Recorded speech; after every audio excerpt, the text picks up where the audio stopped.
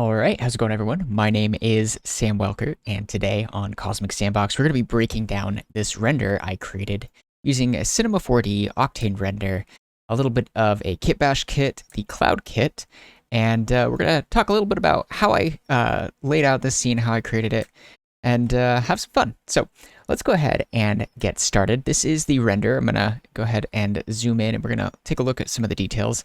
There's still a little bit of noise in the render. I decided that because this isn't, a client project and yeah, an assortment of different reasons, I didn't really care about a little bit of noise in the render. And to be honest, I feel like it gives it a little bit of character. But overall, I feel like the render came out really well. One thing you will notice, though, that is kind of interesting is that this is actually not the final render. This is the final composite. And we're going to be going through how I created this, which is a very low contrast, kind of like flat, saying the same thing twice, image that I created using a lot of volumetric fog in Octane, and then also the cloud kit and the lighting and everything just made it really flat. And then I used I used a LUT in the rendering with Octane to give it this kind of like nice contrasty blue look. And yeah, we'll look at how I created that. But anyways, most of what you see here comes from two sources. Three, technically, actually. Most of it is the Kit Bash kit, the Neo Shanghai kit, which I will show you that. And then the Cloud kit to create this rolling in kind of ominous fog that's surrounding the scene. Which I thought was really cool. I think it kind of tells the story of like, oh, there's this like giant gaseous like fog starting to roll in, and it's slowly coming in from the sides, and it kind of tells a story.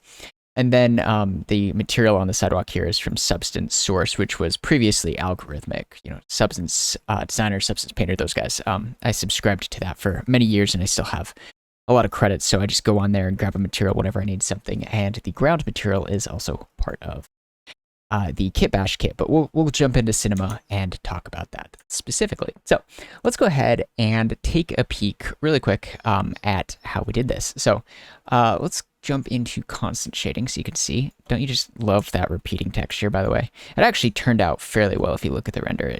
Obviously there's some kind of repeating here, but it's not as bad as, this looks. But there is one thing I actually want to do first, though.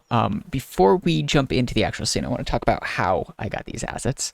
Like I mentioned, I have a lot of credits left over from subscribing to Substance, and that is still available through Adobe. I just have not subscribed to that because I just don't feel I need to upgrade. And then I wanted to bring this up early because I think, first of all, a lot of people drop off, but I think this is really fantastic.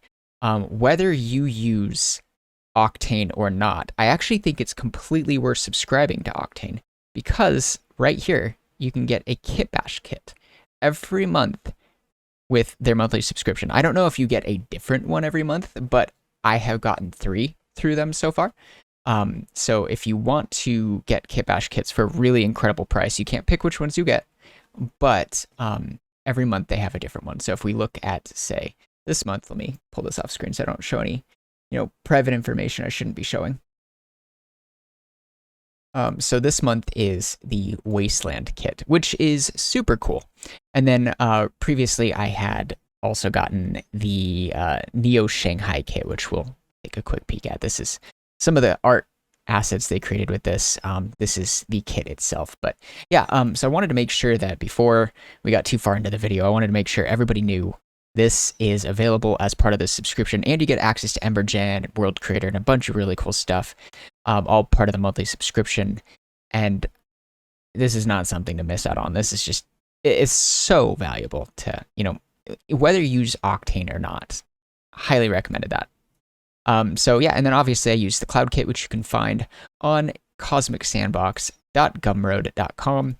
And basically, this is the Cloud Kit. You can see a massive amount of cloud VDBs here, and obviously the render we're breaking down today. And it also includes the original Cloud Kit, which I created several years ago. Anyways, let's go ahead and break down the scene. So I've got a sort of layout here. I'm actually going to get rid of the city fog volume object here because we actually didn't use that. I've got this laid out into cameras, lighting, VDBs, and then the layout, which is actually just the geometry. And we're going to go ahead and break down a couple of things. So let's talk about the actual layout of the scene. First of all, obviously we've got a couple of buildings here. You can see that I've literally just copied and pasted this building like, let's see, 5 times. And this one, oops, that's the wrong keyboard shortcut. This building here, if I do this view, I think it's easier to see. You can see I've copied that 3 times. It is super easy. Oh, let's go back. Constant shading. There we go. And then this one is super easy to just copy and paste it and rotate it and just feel like you're getting something different. If we look at the final render, you can kind of tell there's a lot of consistency here. And obviously you don't see a lot of it. My wife says it looks like a circuit board zoomed in on. So I think I kind of didn't do as well as I could have with the composition to show that this is a city. It felt like it was supposed to be like a pavilion kind of area in the middle of a city. I think that might be the wrong word, but this is supposed to be kind of like a walkway area, but it's kind of abandoned because of the fog stuff. And if I had more time, I'd probably add characters running away or something. But anyways, you can see that there's a lot of stuff in here, but not a ton of repetition. Though I do think that these 2 are copied and pasted. But other than that, it's fairly varied considering there's only like 3 buildings in here, and then there's a 4th, and well, that's actually the same one as well. And then I think, oh wait, there is, let's see, yet another one of these. That's a 6th one of those. Okay, and then this is actually 2 separate buildings just overlapped together. It's not anything fancy. They're not meshed together well. If you look at the actual geometry, they're just overlapping each other. So it creates kind of an interesting effect. So this is how I created this scene, and obviously it's pretty empty around it, but this gave me the vibe that I was going for, something kind of, long focal length to draw the view in. Let me go ahead and, let's set this as the render view, so I can actually look through the camera and check it out. That's the wrong one. There you go. So this is the scene that we have. And to get this created, basically I just dropped in the pack and I selected a few buildings, started to lay them out. I had them a lot more compressed. They weren't as spaced out here, and I was thinking like, hey, this'll give me the look I wanted. I played around with it for a little bit, and it just wasn't looking very good. So I spaced these out a little bit more, and I probably could have benefited from a little bit more. I wanted to give kind of a neo-dystopian vibe. So compressed buildings, trying to make as much opportunity of space as possible in kind of this urban environment where money is like the objective, where you're trying to like not worry about space and whether this is a good idea, but just like packing stuff in there. And I feel like that kind of was the philosophy behind packing all these buildings closely together. And then adding in, this camera here with a 130 millimeter. Let's turn off the lighting for now. Focal length to give us this really big zoom. Basically just made it feel even more compressed. And if we put them closer together, they don't sell as well. But I thought that worked really well, and it just kind of gave this cramped feel. And I think that it gave that feeling that I wanted to portray. And I added a few custom elements as well to bring everything up. Bring everything together.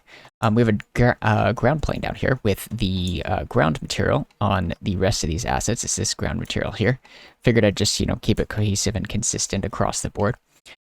And then we also have this sidewalk plane, which is just a very stretched out ground plane, and then it has been lifted up here to go on to the sidewalk here. And if you look at it, it is not a fancy model. It does not clean geometry. The lines do not line up well. It was just sufficient for kind of a concept piece, or a daily, if you will. And then of course, we've got the this is called the symmetry object to mirror that over. So I organized my buildings on the left and the right as well to make it easy to move them. Organization is a really, really helpful habit when you're working in scenes. I've seen so many people work in scenes where just instead of grouping stuff together, they just toss everything in. They don't rename things. That is the worst possible thing you can do, even if you're soloing a project, because if anybody else ever touches that, they're going to lose their minds. I've worked on plenty of freelance projects with people that really, really don't organize things, and they are great to work with, great people, but holy moly, going through those scenes, like sometimes I have to send them back and just say, like, look, I can't work with this. I just cannot find anything. I can't understand what's going on here, and it's going to take me hours of time. So good habit to organize your scenes. Yeah, let's leave it at that. That's kind of the layout of the scene. And again, these are all kitbash elements. I did take off a couple of things. I think the whole kitbash 3D sign thing is a little bit overused in this.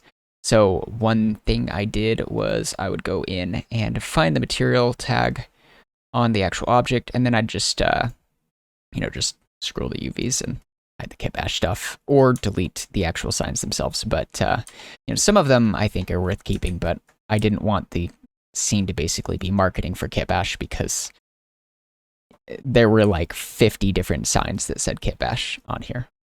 Maybe more like 20, but there were a lot. So let's go ahead and take a peek at the lighting. So in the lighting setup, we have one Octane sky, and I don't know why that's hidden. I definitely used it in the end. And then we have, let's get rid of what I didn't use. Okay. Actually, we'll keep some of those in, just so I can show you kind of the thought process I went through. I think that'll be beneficial. All right. I have not run Octane while screen recording in a while, so hopefully this goes well. I'm going to save just in case. All right. And rendering.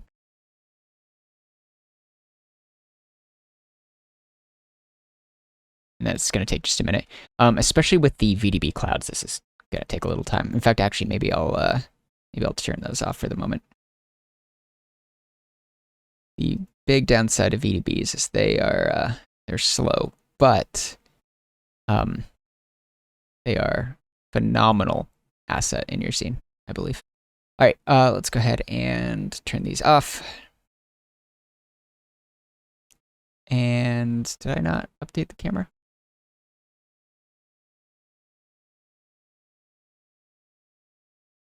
Let's send the scene again without the VDBs. This should update really quickly now.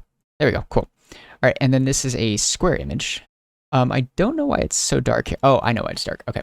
So the reason it's so dark here is because I exported an EXR, which means it was a lot flatter. But for now, we'll just crank up the exposure to like 5 or something for the time being. And then we'll just copy the medium here. And actually, I have this exact skybox here without the medium for testing. So anyways, this is the scene without any fog volumetric elements in it. Let's break down the actual lighting.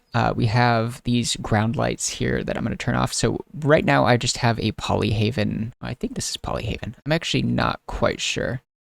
I think this is a Polyhaven HDRI that I've got here. And they have a ton of free, let's see, do I have a, okay. Yeah, let's show this. Oh, that's Polycount, even.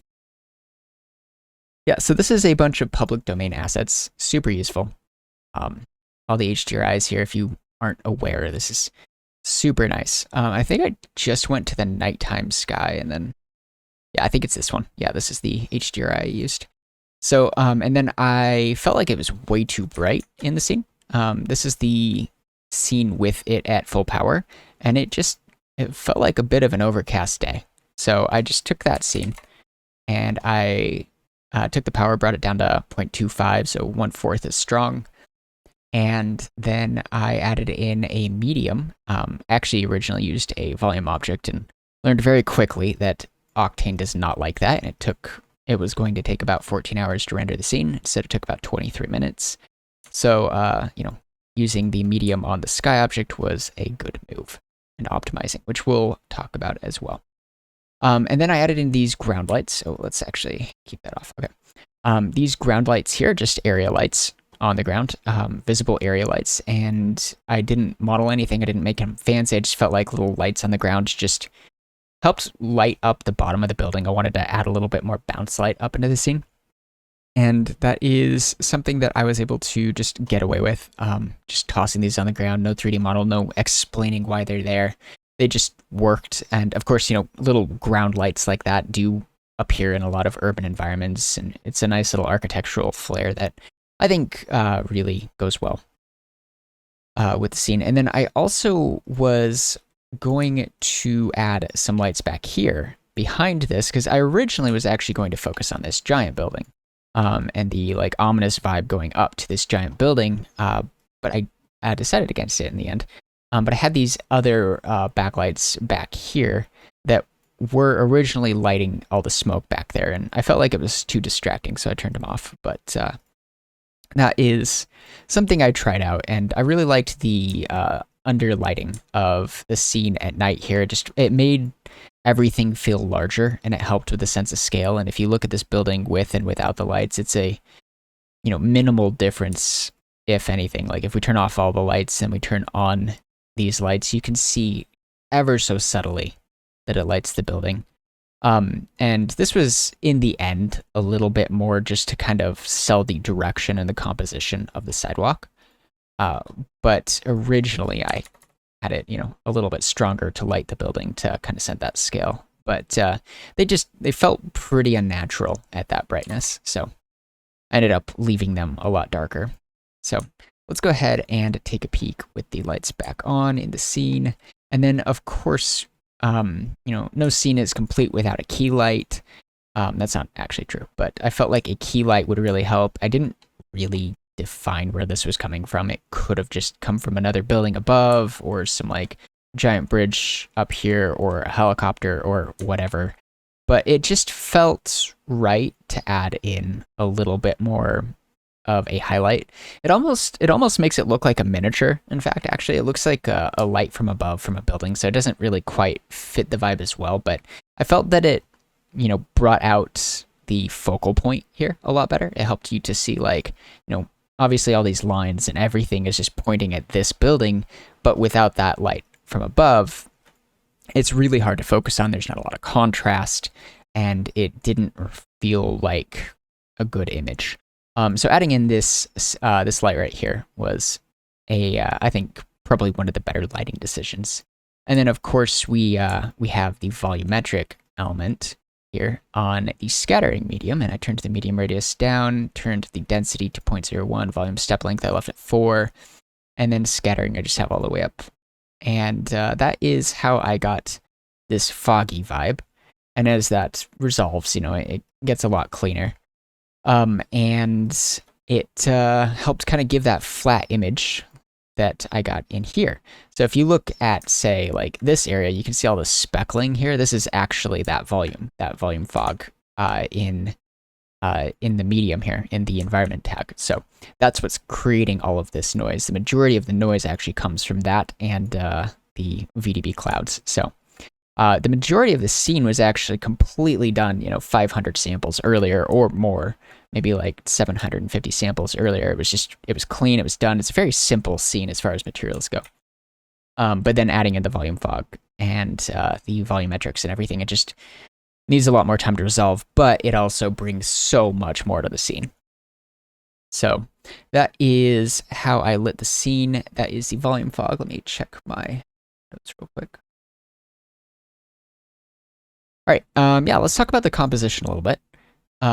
So the scene here is designed, for this viewer's perspective to look at, follow the lines of the sidewalk, go up to this building and wonder what's going on in this building, or why is this building important, and then what's going on in this kind of city, area here, this pavilion area where, there's this fog rolling in that seems a little bit ominous and seems to be a bit of an issue.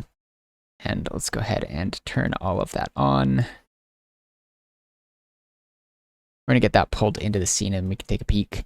It will take a little bit more time to resolve, so bear with me. And I'm actually going to turn off the city fog during this portion, so it's a little bit faster. So we're going to get a lot of noise here, but that'll be fine. All right, so this is the scene with the actual fog. And what this is this is just a bunch of clouds that are just dipped in underneath the ground. And it helps to just very easily, without having to simulate anything, do anything fancy, just the idea happened and then I was able to just toss it in very quickly. And it, has that feeling of fog rolling in very nicely. Just, I went through the cloud kit, picked out a couple of clouds, and I'll show you how I did that. I just tossed them in between the buildings, and you can see it's literally just these little cloud puffs, these long cloud puffs, and I scaled them up as they got further back, and then back here I used two on each side, and it was simple, really simple to just get everything in and have this like fog rolling into the scene, this ominous kind of like, I don't know. I wanted it to feel like an attack on the city, like this fog is coming in to like take things over, or there was like some giant fire. I don't know, maybe the dry ice factory exploded or something. So what I did to do that actually is let's take a peek at the cloud kit. I made it really simple. We go into the cloud kit here. If you get the cloud kit, you have basically access to these 4 different folders here. And then you also have the original cloud kit as well, which is different. And then you got this folder here. These 4 folders are the different sets of clouds in the high and low resolution variation. And same thing with the original cloud kit.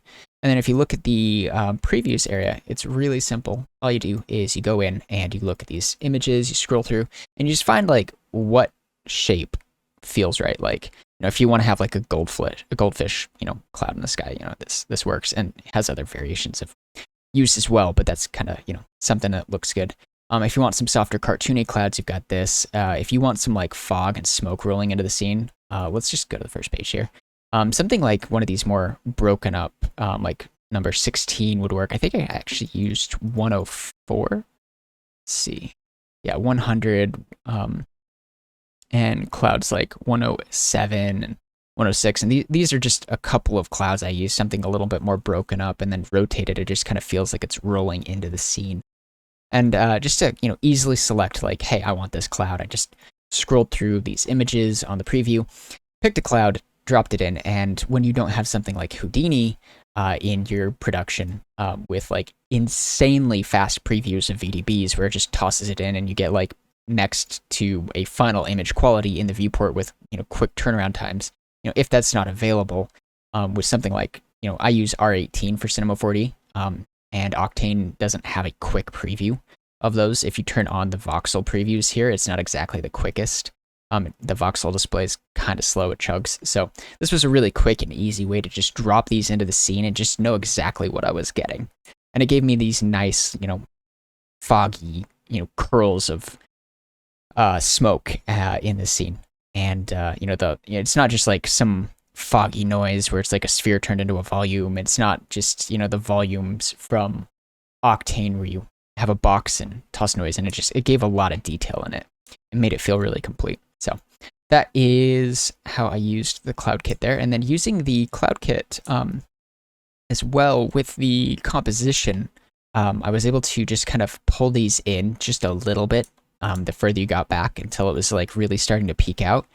And if we look at the composition here, you can see it's like the smoke is like really heavy back here and it's starting to seep in more and more as you get further back, but it's like hardly breaking in as you get up front.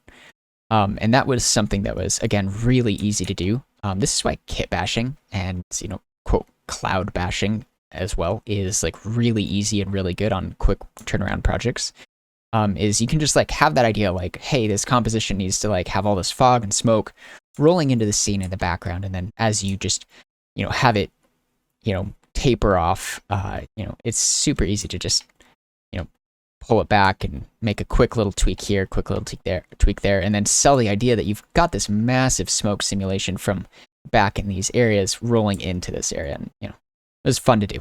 So let's take a peek at just the general layout again. Of course, pretty clear, but the sidewalks here were designed to draw the eye up to the center focal point here. The building was kind of the subject Let's look at the actual camera view here.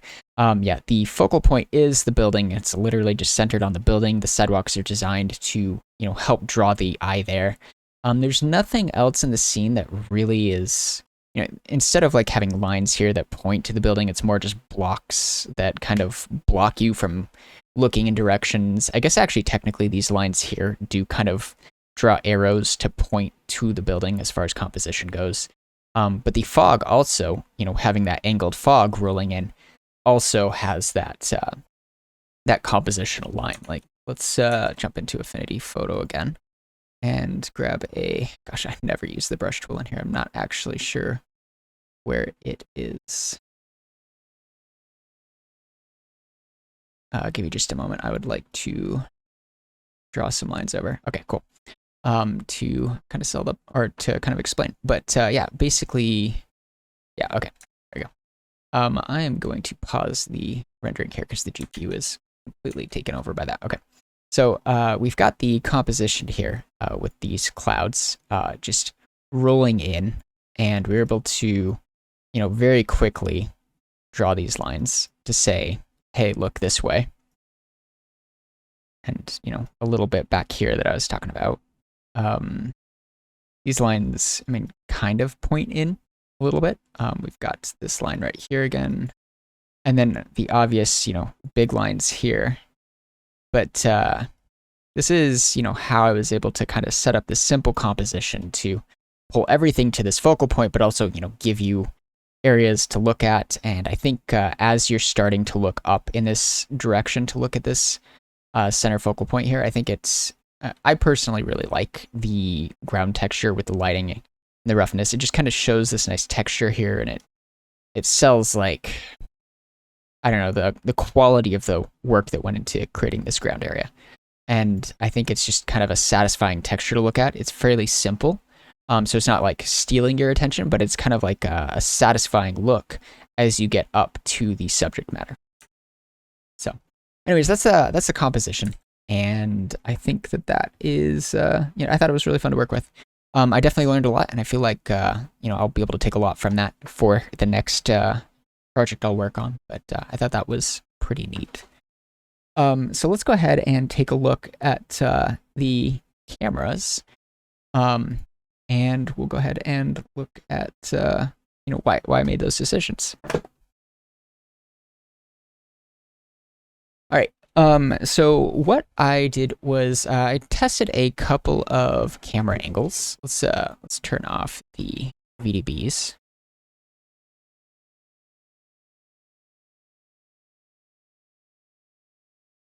All right, yeah, so having the VDBs off will help this run a little bit quicker. So I have a couple of cameras in the scene, and let's actually have the live viewer work.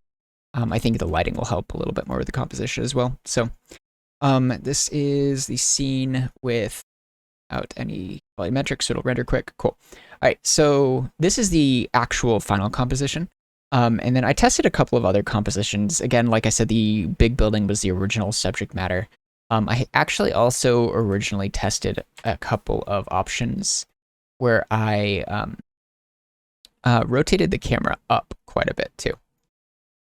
Let's test that out. So I wanted to try stuff like that, and I tried with let's do a wider angle lens. I tried stuff like this, and it didn't feel right. It felt forced and fake, and I was gonna do like more foggy cloud up in the sky, more dystopian vibes there, but it just wasn't really working for me. So anyways, I ended up just snagging these cameras and having them with the focal point right here.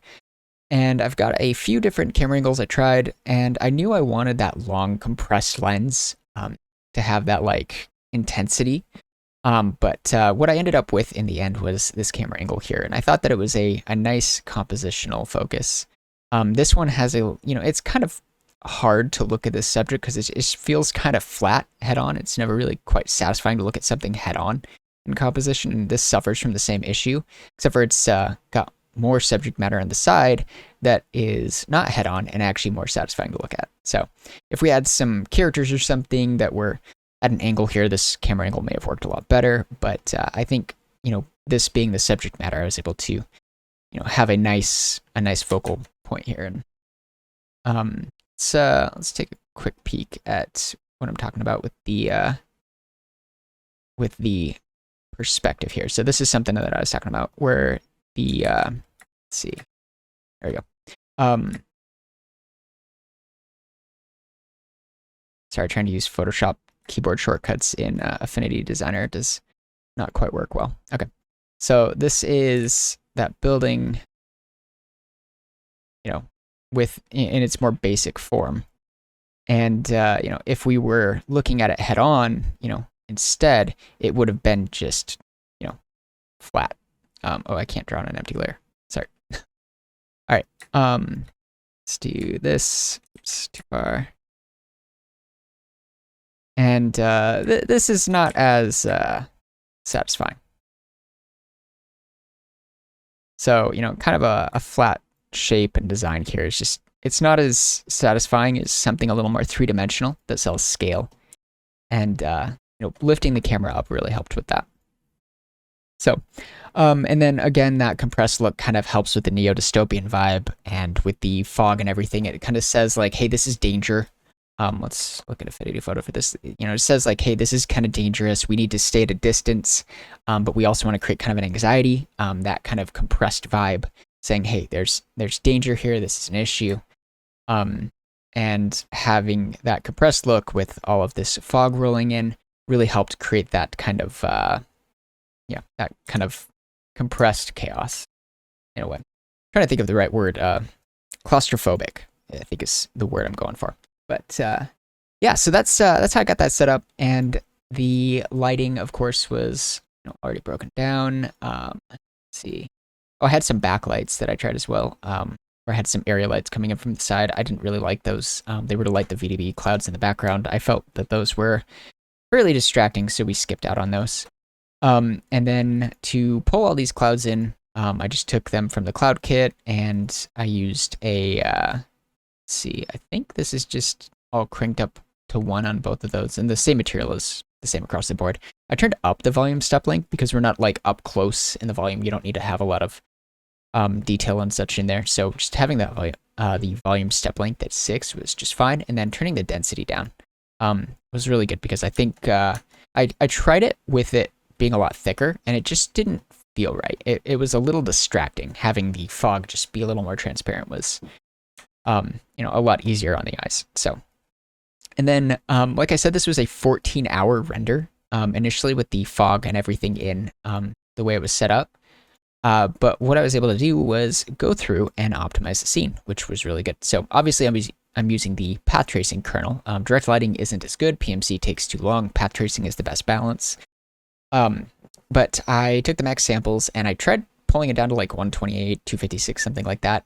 With the fog, it just wasn't getting enough quality rendering in there. I could have tried turning up the lighting samples on here using the sampling rate, but I ended up just deciding, because it's not going to take that long, I just cranked up the max samples. There's not a lot of complicated geometry in here, so I kept the diffuse depth, which means, just the light bouncing between all the geometry at 4. At least I think that's what that means. I guess GI clamp is probably more along the lines of that, but that's kind of what I interpreted diffuse depth to mean. And then specular depth, which is, reflections reflecting through reflections, etc. Or transparency through transparency as well. I left that at 3 because, again, this is just a very hard surface area. There are reflections, but it's not a lot of complicated reflections. There's no focus on that, so turning that down made it nice. Scatter depth was for volumetrics. I didn't need a lot of depth quality in the scattering. Because of the nature of the image, there's not a lot of overlap in the fog. Right now, you've got the general fog, and then you've got extensive other fog as well. But there's not a lot of overlap. So there's like, the most overlap you have is like right here, where there might be 4, cloud shapes overlapping each other. But I felt 3 was pretty good. And then, max overlap volumes, I left at 4. Again, yeah, I pulled GI clamp down to 6. That really helped with the render time as well. And the camera imager. So right now it's set to 5. When I actually do the render as an EXR, I have to crank that down to 1. I used no denoising. It does look, in retrospect, actually, like I may have benefited from some denoising here, but I honestly didn't even notice that till just now. So it wasn't a very big deal. Again, this was not a client piece. This is just, a personal piece that I used to, utilize the Cloud Kit and show what it could do and have some fun. But yeah, I was able to use the custom LUTs as well. So if we set this custom LUT to 0, you can see this is what the scene looks like without it. Cranking this all the way up to 1 gives it a nice kind of, it gives that dystopian, neo-dystopian look to it. It has kind of a darker contrast. The blues are really pushed, makes it cold. And I loved that. I thought that was really clean and really cool. And it really celebrated the look that the Kit Bash set had here. I tried a few others as well. This is the one I landed with. I tried Folger, I think, at like 50%, which I thought was nice, but it wasn't exactly what I was going for. So I ended up with Contrail or Contrail. One of the two at full strength or strength if we're reading it as listed. But and the path tracing is let's get that back on path tracing. Cool. Yeah, so that's the final render. That's how I set that up and optimize the scene. I think I tweaked a few render settings in here. It's a 2K by 2K image. Originally I did have the denoise beauty pass on, but I ended up taking that off. And then yeah, I just saved it to the scene or to disk with the EXR, and I rendered it. And then let's break down the composite here. So I have a selection from the scene where I selected the highlights, and let's zoom in. So stuff like this, basically, just by using a selection tonal range highlights, I was able to basically just select the lights in the scene and then have a separate area for that. Let's see if we can get a black background real quick. All right, cool. Yeah, so this is the blurred version of this. Oh, that is not what I wanted. Put that back. Too many programs using my wrong keyboard shortcuts. Okay. So this is the actual selection that I got out of that. And then I just threw the effect Gaussian blur on it. Very, very easy in Affinity Designer. It's a procedural effect. So basically, like, you can just tweak it later if you don't like it and decide to do something different. And then this is without that and with it. And let's turn the levels adjustment and the vignette on, so you can actually see what it looks like. This really sells a lot more when you actually see those. So if we have it off and on, I think the image feels a little bit flat. It doesn't feel like there's a lens. It just feels like this is kind of a computer-generated image. And then adding this this bloom in, and I could have done this in Octane, but I decided to just do it in the composite. Adding this in just kind of gave it presence and made it feel real. And then again, leaving all that noise in the scene actually kind of gave it character, and it feels like it's a dark night scene, a dark scene at night. And it really helped bring that camera capturing a scene vibe together. For the levels, I took this really flat scene and I pulled that white level way down. And then I pulled the gamma up to color correct it. That's all I did. And then I added a very simple gradient right here and pulled it down a little bit, set it on multiply, and that's our vignette, and that's the whole composite. And then of course, copyright at the bottom. And if you're curious, by the way, if you hit Alt 0169, it will give you the copyright symbol. So if you didn't know that, on Windows, that's how you do that. And I think it's Command Option G or something, or Option G or something like that on Mac. I can't remember. It's been too long. But yeah, anyways, that is how I created the scene. So if you guys have any other questions about how I created this, or how to create something like this, how to create these 3D models, how to get these volumetric clouds set up, how to make something a little bit more custom with volumetric clouds, I'm happy to make a video on that. Yeah, go ahead and leave a comment below. Guys, thank you so much for watching, and I appreciate your time very much. I hope this was interesting and informative. And if you have any interest in learning more, again, just let me know. And make sure to subscribe for more videos like this. And you will be able to find a link to all of these different websites. Let me grab all of them. In the description below, this is all of the assets I used. And if you want to pick up the Cloud Kit and you would like to get 10% off, I have a discount code. And that is going to be listed in the description with the link. That is a temporary discount code, so make sure to get it quick.